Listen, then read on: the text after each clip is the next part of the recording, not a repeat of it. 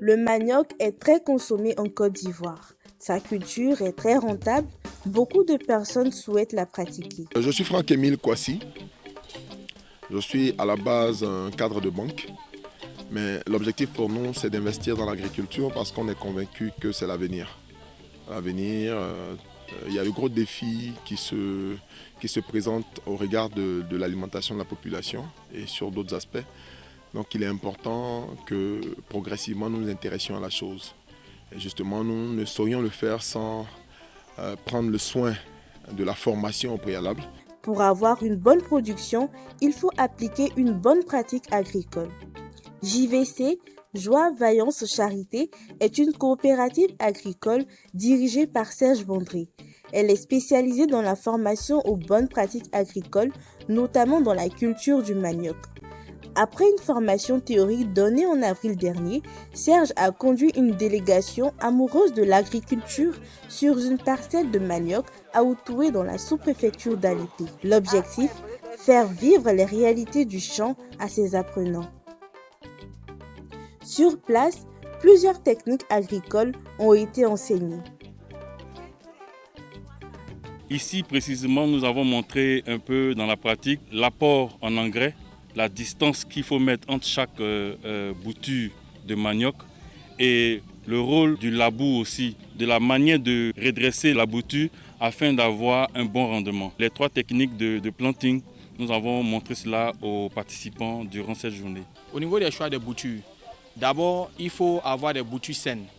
Et généralement, les boutures ont 4 à 6 nœuds.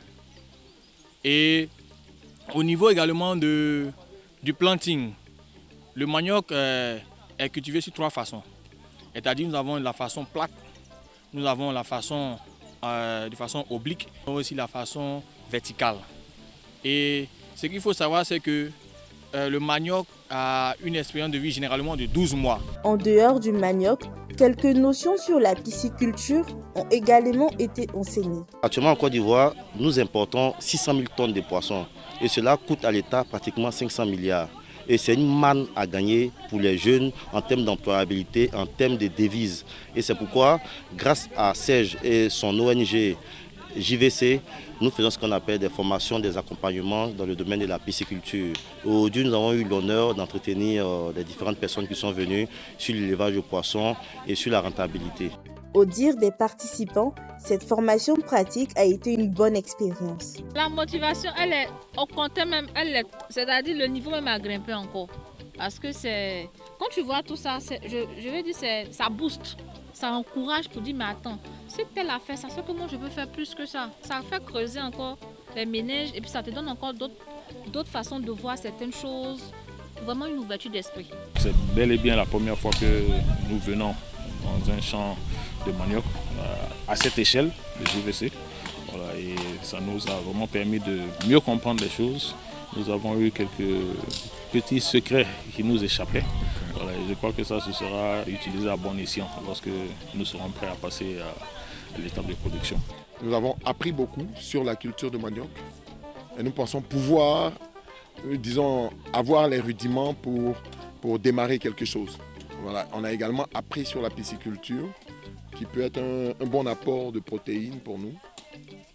Et nous avons compris également que c'est des choses qui ne sont pas forcément faciles, mais qui sont passionnantes quand on les respecte et qu'on y accorde véritablement de l'attention. Pour récolter, il fallait suivre une technique bien adaptée. Donc il fallait couper la bouture à 50 cm de hauteur, histoire de pouvoir bien tenir la tige et pouvoir retirer le produit, les tubercules.